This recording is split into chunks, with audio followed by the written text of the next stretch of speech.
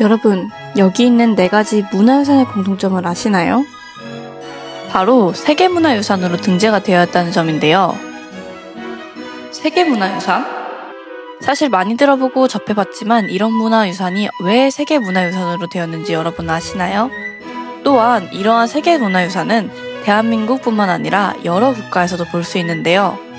이러한 세계문화유산은 어떻게 지정되는 걸까요? 그것은 바로 매년 다양한 국가에서 열리는 세계유산위원회에서 결정됩니다. 세계유산위원회란 세계유산협약 제8조에 의거해 설립된 정부간위원회로서 세계유산협약 당사국 총회에서 선출된 21개국으로 구성되어 있고 1년에 한 번씩 개최되고 있습니다. 세계유산위원회에서 세계문화유산은 몇 가지의 심사 기준에 따라 결정됩니다. 이러한 세계유산위원회는 매년 6, 7월 사이에 회의를 진행하며 한국은 2023년 유네스코 세계유산위원회 위원국으로 선출되어 2027년까지 위원국으로서 활동하게 되었습니다. 이렇듯 세계유산위원회는 세계문화유산을 지정하고 각국의 문화유산의 보존을 위해 중요한 역할을 하고 있음을 알 수 있습니다. 이번 제47차 세계유산위원회는 프랑스 파리에서 7월 6일에 개막하여 7월 16일까지 열립니다. 문화유산이란 인류의 역사적, 예술적, 과학적 가치를 지닌 유산으로 인간의 창조활동 및 문명 발달을 보여주는 유산입니다. 자연유산이란 과학적, 보존적, 미적 가치를 가진 자연환경이나 자연현상, 생태계 등을 의미합니다. 복합유산이란 문화유산과 자연유산의 요소를 동시에 갖춘 유산으로 인류의 창조적 활동과 자연환경이 결합된 형태입니다. 이번 위원회에서는 문화유산 21건, 자연유산 4건, 복합유산 1건 등 총 26건의 유산이 새롭게 세계유산 목록에 등재되었습니다. 아시아 태평양 지역에서는 중국의 서해안면, 인도의 마라타 군산경관 등 총 10건이 등재되었습니다. 대한민국 외교부와 국가유산청은 7월 13일 갈등 해결과 평화 구축을 위한 유산 해석의 원칙과 실천을 주제로 한 부대 행사를 공동 개최하였고, 또한 대한민국은 국내 전문가들과 긴밀히 협력하는 가운데 세계유산의 등재, 보존, 정책 의제들 등 다양한 의제에 적극적으로 참여하며 위원국으로서의 역할을 충실히 수행하였습니다. 특히 7월 15일 보존의제 마무리 발언을 통해 일본의 근대산업시설 문제 관련 지속적인 권고사항 이행을 위한 노력 필요성과 함께 이 문제에 대한 위원회의 적극적인 관심과 지원을 강조했습니다. 이번 회의는 특히 대한민국의 2가지 방식으로 의미가 컸습니다. 첫 번째, 선사시대 사람들의 삶이 담긴 울산 반구천의 안박화가 한국의 17번째 세계유산으로 등재되었습니다. 두 번째로 7월 15일 파리회의에서 내년에 열릴 제48차 세계유산위원회 개최지로 부산을 결정했습니다. 홍영천 국가유산청장은 유치소랑 연설에서 제48차 유네스코 세계유산위원회를 대한민국 부산에서 개최하게 된 것을 매우 영광으로 생각한다며 부산에서 열리는 세계유산위원회가 전 인류가 공영하는 유산에 대한 책임을 다시금 되새기고 성공적으로 진행될 수 있도록 모든 준비를 다하겠다고 말했습니다. 그럼 지금부터 제47차 세계유산위원회에 등재된 우리나라의 유산을 살펴봅시다. 바로 울산광역시 울주군에 있는 반구천 암각화입니다. 반구천 암각화는 기역자 모양으로 꺾인 절벽 안반에 여러가지 모양을 새긴 바위 그림입니다. 바위에는 육지 동물과 바다고기, 사냥하는 장면 등 총 200여 점의 그림이 새겨져 있고, 이 암각화는 신석기 말에서 청동기 시대에 제작되었을 것으로 추정됩니다. 그리고 조각기를 쪼아 윤곽선을 만들거나 전체를 떼어낸 기법, 쪼아낸 윤곽선을 갈아내는 기법을 사용했습니다. 특히 점과 선으로 동물 사냥 제사의 장면이 섬세하게 그려져 있어서 인류의 창의성과 생활상을 보여주는 걸작으로 평가받습니다. 대곡리 반구천 암각화에는 고래와 같은 바다동물과 호랑이, 사슴 같은 육지동물, 동물 사냥과 고래잡이 과정 등 선사시대 사냥과 해양 어로 모습을 고스란히 담고 있습니다.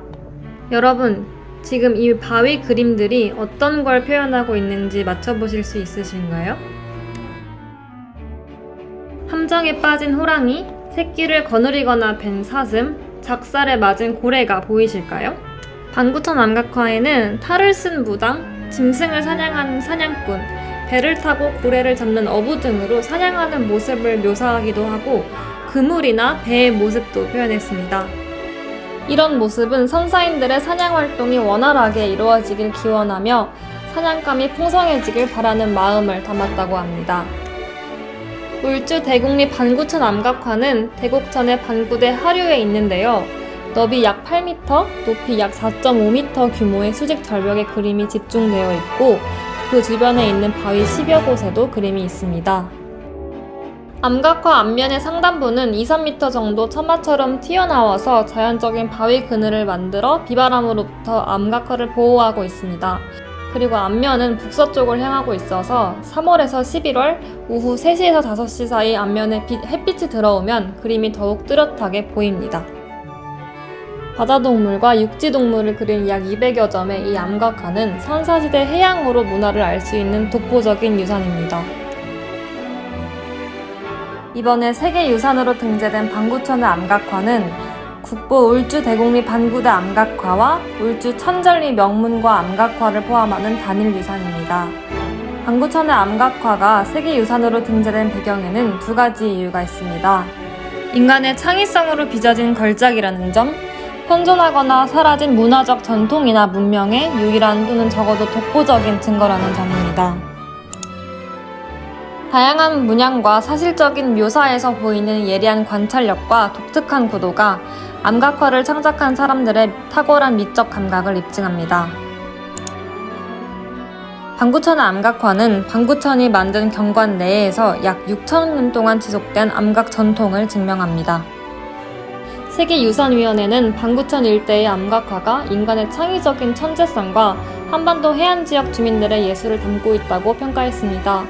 약 6,000년에 걸쳐 이어진 바위조각 전통을 증언하며 문화적 진화를 간결하게 보여주는 복합적인 예술 표현으로 인정했습니다.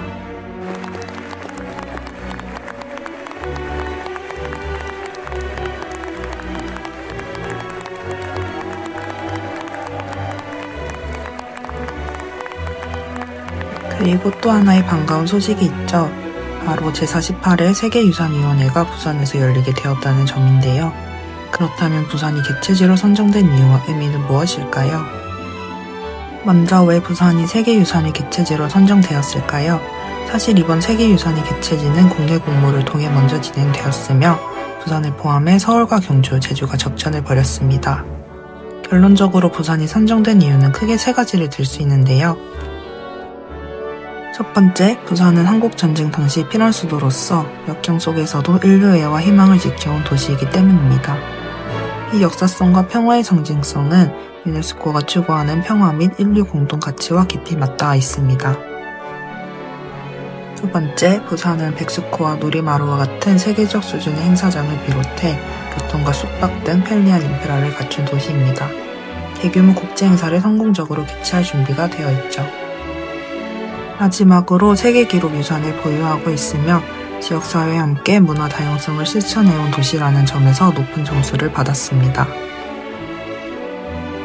그럼 내년 세계유산이 국내 개최가 가져오는 의미는 무엇일까요? 세계유산위원회의 부산 개최는 국내 최초 세계유산일 개최라는 점에서 한국이 국제문화 외교의 중심 무대로 나아가는 상징적인 전환점이 될 것입니다.